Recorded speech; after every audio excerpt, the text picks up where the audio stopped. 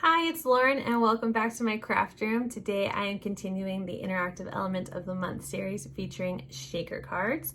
This week we are going to be using foam sheets. So a typical little fun foam sheet that you can find at any local craft store or big box craft store, wherever you like to shop. I will have links down below in the description so you can check out some online as well. And we are going to be using a Peekaboo die to create this fun card. So I use the die to not only cut out my pattern paper here on the front, but also the foam sheets to make quick and easy little shaker windows on this card. So I hope you're excited to see this process and enjoy.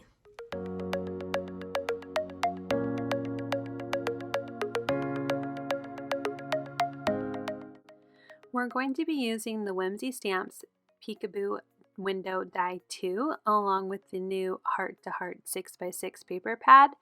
I have already cut out some foam that will fit this window die, and I've cut all three of those out.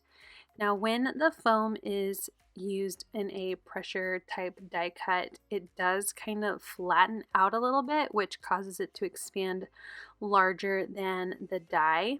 So I am just trimming off a little bit around all four ends. The reason why the inside pieces don't need it is because there are die cuts everywhere, so the pressure didn't really expand out the inside pieces as much as it did on the outside, because there's no second die cut. It's just squeezing out the sides, kind of like a peanut butter sandwich.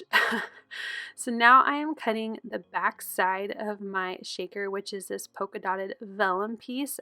The die itself measures 4 by 5 1/4, so I was trimming my vellum to be slightly smaller so I don't have to worry about layering everything perfectly. I also cut my acetate to the same size. I have a card base that's cut to an A2 4 1/4 by 5 1/2, and I have my pretty shaker bits that I'm going to be putting inside. Now for the paper, I am applying some strong sticky tape to all of the places on the back of the paper, framing all of those squares, and then using my bone folder to make sure that there is a nice seal. I used a symmetrical die cut, so I'm not too worried about which way my foam goes because it should fit no matter which way, if it's upside down or backwards. So I'm going to be using the same strong sticky tape for lining up all of the foam places on this piece. So any type of strong sticky tape will do. You can also apply like a full sheet adhesive before you run it through the die cut machine, which I'm going to show in a later video. But if you just have some tape, this is how you can do it. So once I have tape on all of those foam pieces, I'm going to use that bone folder again and make sure everything has a nice seal, and I'm going to repeat this on the second piece of foam. Now that all three have all of their tape and they are good to go, we're going to start layering. So I'm pulling off all of the release paper on the back of the die cut pattern paper, and I am going to put the acetate on this piece. So I am lining up that acetate to be the center of my pattern paper piece. Again, I cut it slightly smaller so I didn't have to worry about lining it up exactly. And then I'm going to take off the release paper off of my first window frame foam piece, and this part is sped up, but I did very carefully to make sure that my foam wasn't showing through the other side, so being careful to line it up with that pattern paper and slowly releasing more of the release paper so I didn't have everything super sticky all at once. I could do a part at a time. And once I was happy with that, I am going to take the second piece of foam and do the exact same thing.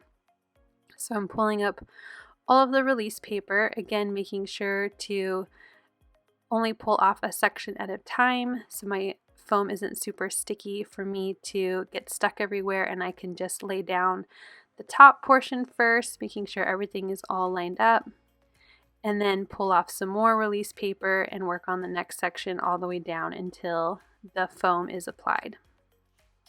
And the reason why I use two pieces of foam is because the thickness of these pieces needs to obviously be thicker than all of my shaker bits or everything's going to get stuck and not move. So if you're using really thin sequins, you may only need to use one layer, but the embellishment pack that I have these faceted jewels and all kinds of goodies in there, so I wanted to make sure there was plenty of room, so I used 2 pieces of foam. Now I'm applying sticky tape to the back of this last piece of foam because I am going to put a piece of vellum behind to lock all my shaker bits inside. So I am cutting down tape and putting it on all of the foam areas, and I'm actually going to pull up the release paper now because I am afraid of putting shaker bits inside and then pulling up the release paper and something getting stuck and they just fly everywhere.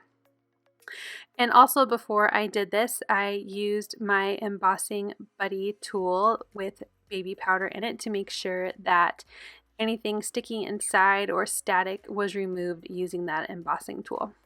So I've placed all my embellishment goodies inside. I made sure everything was as flat as possible so nothing would get stuck, and then placed that vellum piece on the back to lock all those shaker bits in. I used my bone folder to make sure there was a nice seal, and now I'm applying wet glue to the vellum behind the foam pieces so you can't see any glue on the other side, and applying it to my card base. I'm going to let it sit for a little bit and make sure all of that glue is dry, but I am super excited that all of my embellishments are staying locked in and move around freely. So now let's get to stamping. I stamped one of these banner dies from the set Quick Strips die set out of some white scrap paper. I'm using my Stamping Misty tool here to stamp the sentiment Yeti for love. I am trying to make sure it is nicely centered in my strip, and once I'm happy with the placement, I am going to stamp it in some jet black ink. I'm just using my die cut piece to help keep my banner in place and make sure that my sentiment stamps straight and in the center of my banner. I'm going to set that aside, and I'm going to stamp this little heart Yeti from the set Yeti for Love. I like to stamp twice to make sure I have a nice clean line, and then I'm going to use my heating tool to make sure that ink has set and will not bleed when I bring in my Spectrum Noir markers. I'm taking a look at the different sequins and trying to pick colors that are similar to the sequins inside. I am using GT2 and GT3 as my teal colors of my Yeti, and I'm also going to bring in BT3, which is a light blue, to blend in with these colors. The sequin hearts were kind of a tealishy blue, but I didn't have the right colors to match it, so I'm blending in the GTs and the BTs to make sure I have a similar tealishy blue blend that matches those heart sequins in my shaker. So I start with my medium color, which in this case is GT2, this aquamarine color. I bring in the dark teal, and then I'm blending everything out with that waterfall light blue. I added a little bit more of my medium just to define the kind of paw, hand, fingers, I guess you could say, of my Yeti.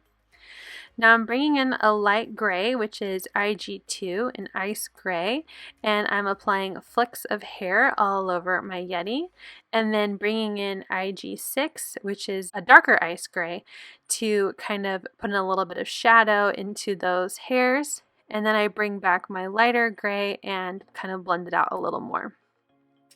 Now for the heart, I'm trying to match the pinks and reds of my shakers. So I'm starting with a Rose Blush PP4 as my light tone, bringing in Fruit Pink PP5 as my mid-tone, and finally Cocktail Pink, which is PP6 as the darkest, and then going backwards back out. So bringing in the 5, and then finally blending everything in again with the 4. Once I'm happy with how that looks, I'm going to bring in a darker color blue, which is BT6, a peacock blue, just to add some speckles here and there. Sometimes I like to add a little bit of dots or freckles to give my critters a little more texture. And then MG4, which is a rose red, to add those same kind of spots inside the heart. Now I'm using my white gel pen to add some accents and highlights to my Yeti. I did kind of bleed a little bit of the teal into the red, so I used my white gel pen as a way to cover any blemishes of my alcohol coloring. I'm going to fussy cut using some paper snips. These are my favorite scissors ever, and I'm fussy cutting out this image. I didn't think it was necessary to bring out my scan and cut to cut this one image, so we're fussy cutting. I also use my white gel pen when my colors kind of leak out of the sides of my images, trying to color in the lines, but when I mess up, the white gel pen is a great way to hide those mistakes or blemishes. So now I'm figuring out my layout. It didn't come out exactly as I wanted. It was like a little too busy for the Yeti, and I felt he didn't stand out enough. So I was playing it around and moving it around, playing around with it, trying to figure out what I wanted to do. And I settled on this kind of light teal colored heart die cut that I had in my stash. So I am going to bring in some peacock feather distress oxide and just kind of darken that up a little more to match my sequins and my Yeti. And I think it looks so much better. I'm using some silk in a teal color as well to add a little bit of shimmer and splatter to my card. And now I'm going to layer those onto my shaker card. So I am going to pop up the Yeti stamped and colored image onto my teal heart. So I added some dimensionals behind that, and I'm applying that to the center of the heart. And I am going to glue the heart directly down to my card base. So I'm using some wet glue for that. I'm applying it to this kind of the center of my card and then using some foam tape behind my strip, Yeti for Love, and I'm so happy with how it turned out. So let me clean up my mess here, and now I'll slow it down so we can look at the shaker. And of course I wanted to share the sweet sound of shakers, so check it out. Isn't it beautiful? I hope you enjoyed this process and you like this card. If you're new to my channel, please hit like and subscribe. Thank you so much for watching and have a good day.